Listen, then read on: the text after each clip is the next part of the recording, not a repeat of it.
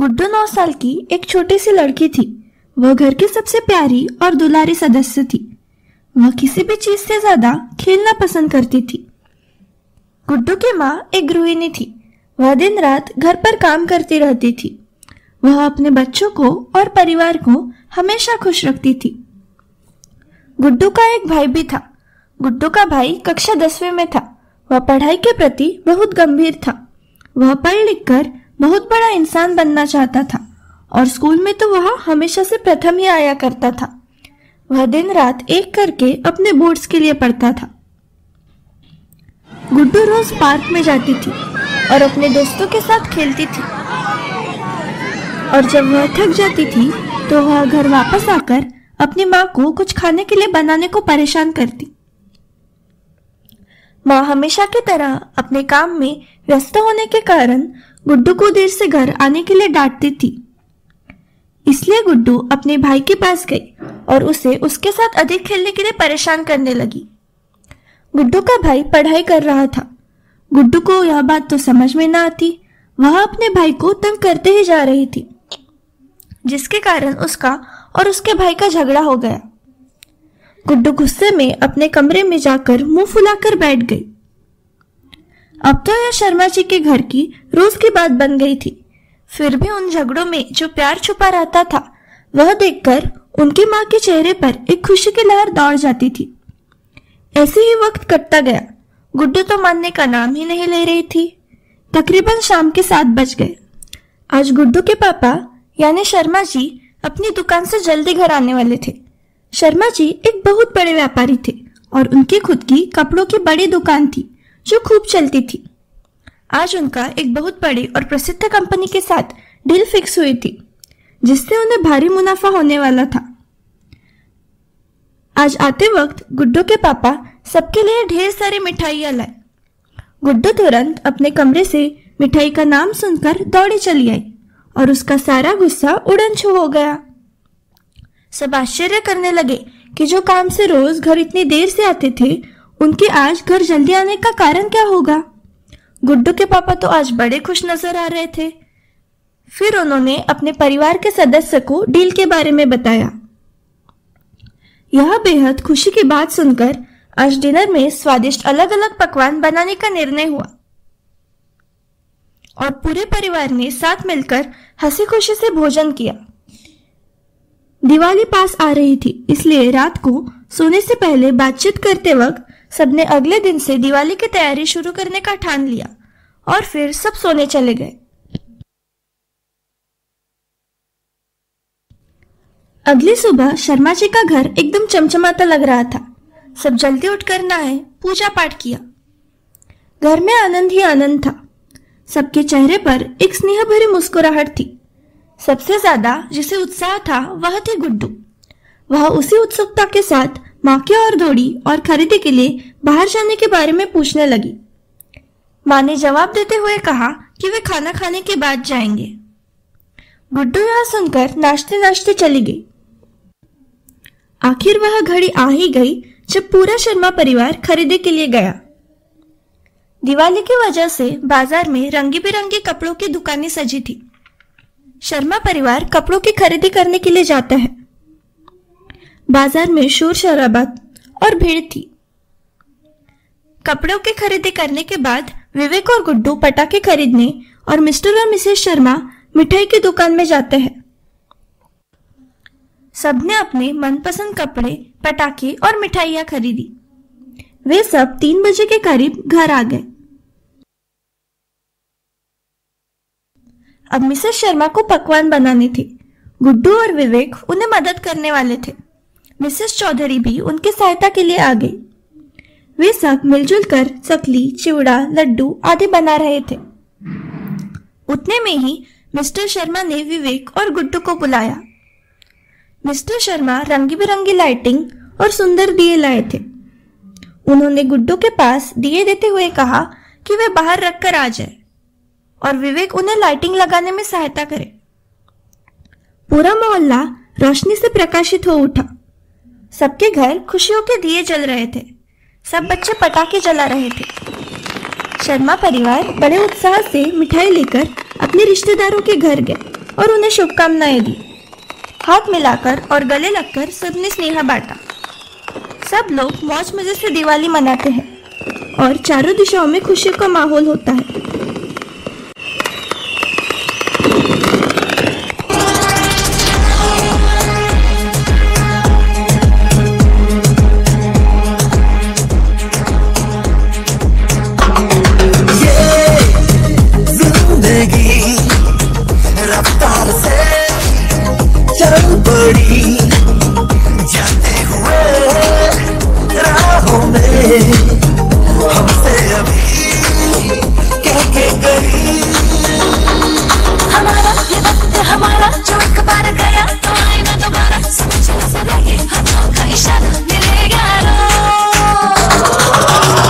हर दिन ऐसे जियो जैसे कि आखिरी हो, जियो तो इस पल ऐसे जियो जैसे कि आखिरी हो। अपना हर दिन ऐसे जियो जैसे कि आखिरी हो, जियो तो इस पल ऐसे जियो जैसे कि आखिरी हो। Every moment and we're having a blast and you know it, oh, living every day like it's your last and you know it, oh, living for today, letting go of the past and you know it, oh, give it up, let's get it, oh.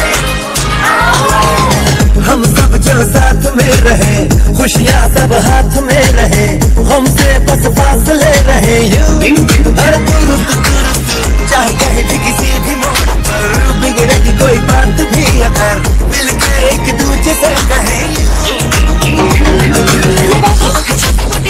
यार जाए जैसे कि दिन और रातें आँखों से लगाना कभी ये बरसाते मिलेगा तो अपना हर दिन ऐसे जियो जैसे कि आखिरी हो, जियो तो इस पल ऐसे जियो जैसे कि आखिरी हो।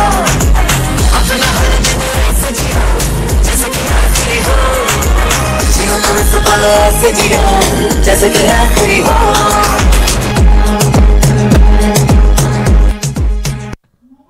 ऐसे ही खुशी के दिन बीतते गए। आज पिताजी घर जल्दी आए। रोज की बातचीत चली और डिनर करने के बाद सभी एक साथ टीवी पर न्यूज देख रहे थे। न्यूज पर चल रहा था कि कोई कोरोना नामक रोग जो कोविड-19 वायरस से होता है दुनिया में बड़ी तेजी से फैल रहा था। यह सुनकर पूरा परिवार अचंभित हो उठा क्योंकि यह रोग बड़ी तेजी से फैल रहा था। सभी चिंतित हो उठे। कुछ दिन बीते। अब गली मोहल्लों की तो बात ही अलग होती है। सभी लोग हफ्ते में एक बार तो मिलकर गप्पे लड़ाते ही हैं। ऐसे ही एक रात कुछ महिलाएं बात कर रही थी। गप्पे लड़ाते लड़ाते उस दिन की खबर के बारे में चर्चा हुई। दूसरे दिन सभी अपने अपने काम जाने के लिए तैयार थे। सभी ब्रेकफास्ट करने बैठे और टीवी चालू किया। न्यूज लगाई गई। अब न्यूज सुनकर सभी हक्के बक्के रह गए। बताया गया कि भारत में भी कोरोना ने प्रवेश कर लिया है और केसेस ज्यादा होने के कारण लॉकडाउन का ऐलान किया गया है और कई गाइडलाइंस भी जारी की गई है। सभी चकित रह गए। टीवी पर कोरोना से बचने के लिए और सावधानी बरतने के लिए उपाय दिखाए जा रहे थे।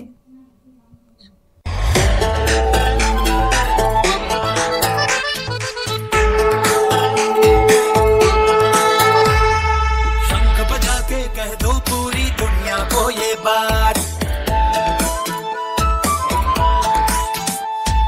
शंख बजा के कह दो पूरी दुनिया को ये बात, हिम्मत से लड़ेंगे हम तुम कोरोना के साथ।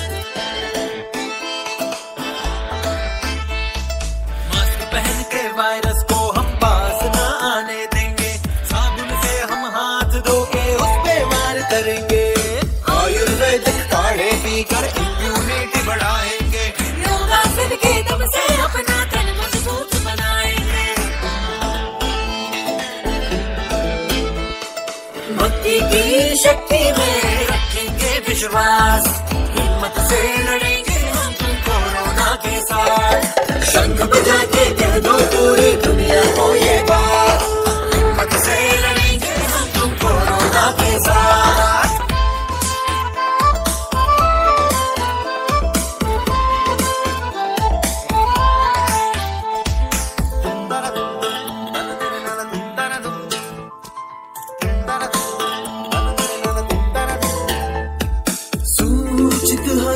नित सावधानी बरतेंगे, सदा याद रखेंगे रखना सामाजिक दूरी।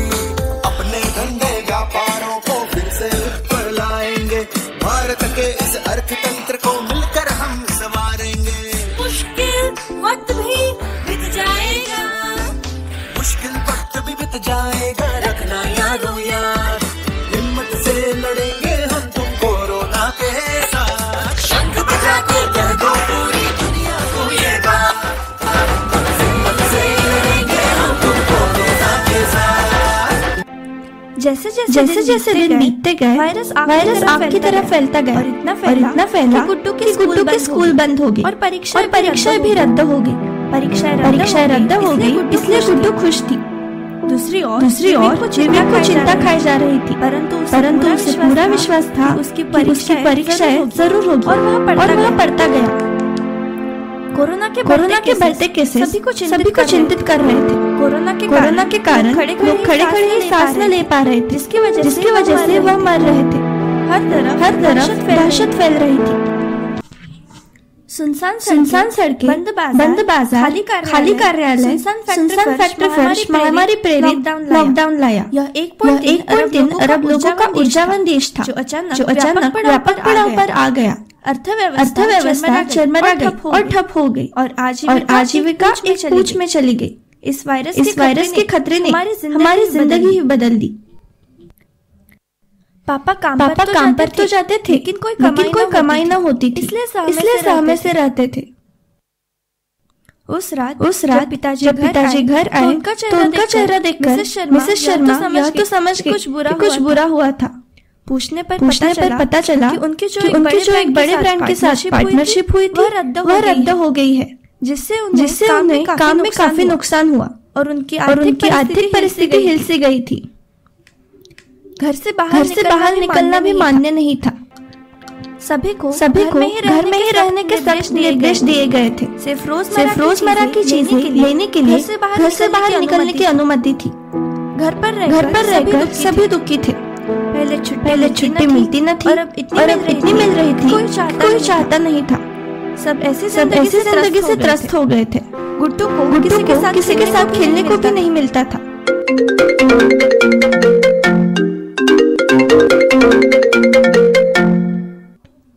आज गुड्डू और विवेक के चाचा का जन्मदिन था, किंतु वे उनके घर उनका जन्मदिन मनाने जा न सके। यह पहली बार था कि वे जन्मदिन वीडियो कॉलिंग द्वारा मना रहे थे। उस दिन टेक्नोलॉजी उनके बड़े काम आई। सभी के मन में ख्याल आया कि गए वो दिन जब सभी जन्मदिन पर सरप्राइज देते थे, गले मिलते थे और साथ में केक काटते थे। सभी मुस्कुरा तो रहे थे, लेकिन अंदर ही वे सभी दुखी जरूर थे। टीवी चलने पर न्यूज़ ही लगाई गई। खबर सुनकर सभी मौन थे। भाई विवेक खाने की थाली छोड़ दी और कमरे में जाकर दरवाजा जोर से बंद कर लिया। खबर थी 10वीं की बोर्ड की परीक्षा रद्द हो गई है। सभी बहुत दुखी हो गए। इतनी मेहनत के बाद यदि ऐसा हो तो व्यक्ति क्या करे। विवेक का तो जैसे सपना ही टूट गया। वह ठीक तरह से खाना न खाता था, न किसी से बात करता था। बस अपने कमरे में मोबाइल के सामने बैठा रहता था। परिवार में सभी का हाल ऐसा ही था। विवेक दिन भर मोबाइल पर रहता था। मोबाइल देखते उसे कई चीजें सीखने को मिली। उसे देखते एक तरकीब सूझी जिससे वह अपने पिताजी के सर का बोझ कम कर सकता है। उसने इसके बारे में अपने पिताजी से बात की। दोनों ने मिलकर अपने व्यापार बढ़ाने के लिए ऑनलाइन शॉपिंग ऐप्स की मदद ली। उन्होंने थोड़े दिनों में इतना मुनाफा कमा लिया कि उन्होंने इस बार एक नहीं बल्कि दो ब्रांड के साथ अपनी पार्टनरशिप की, जिससे उनका धंधा 2 गुना बढ़ गया। लॉकडाउन का समय बीतता चला गया। कोरोना के केसेस बढ़ते गए, लेकिन दुख ज्यादा दिन नहीं टिकता। इसलिए इस दुख को भगाने के लिए अब भारत ने वैक्सीन बना ली।